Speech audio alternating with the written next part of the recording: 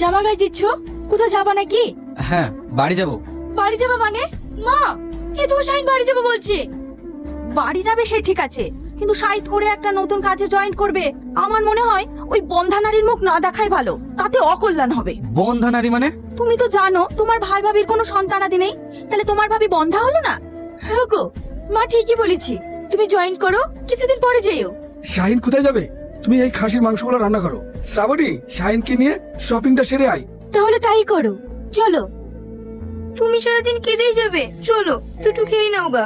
পল্লবী, আমার কোনো খিদে নেই। কি করে খেতে থাকবে? যে ভাই খেয়ে না খেয়ে বলে পিঠে করে মানুষের মতন মানুষ করলো, সেই ভাই হয়ে গেল পর। মানুষ এত স্বার্থপর হতে পারে? বিশু, কবুতর আমার ভাইকে শব্দবার বলবি নি। কেন বলবো না?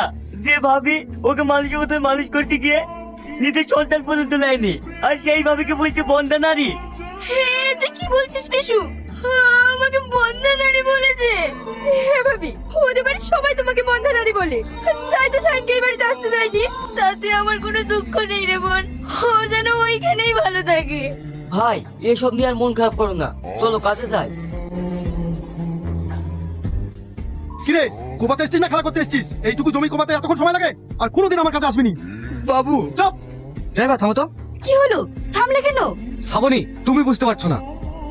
বাবু, আমাকে কাজ থেকে তাড়িয়ে দিবেন না, তা না হলে আমার বাড়িতে খাবার হবে না। আমাকে কাজে রাখেন, এরপর থেকে আমি আরো বেশি কাজ করবো। তুমি কাজ করতে পারবে না, তুমি কেমন কাজের লোক আমার বোঝা হয়ে গেছে। অমন করে তাকিয়ে তাকিয়ে কি দেখছো? ড্রাইভার চলো। ঠিক আছে, ভালো করে কোপাও। এটা তোমার স্বামী?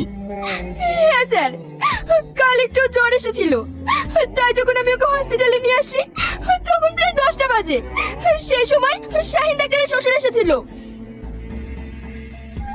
কি ব্যাপার, আপনি হঠাৎ হসপিটালে? পাগল ছেলে, চাকরি করে আর ক টাকা ইনকাম করবি? তোমাকে তার এমনি এমনি জামাই করে নি, আমার ব্যবসার কাজে লাগবে বলে।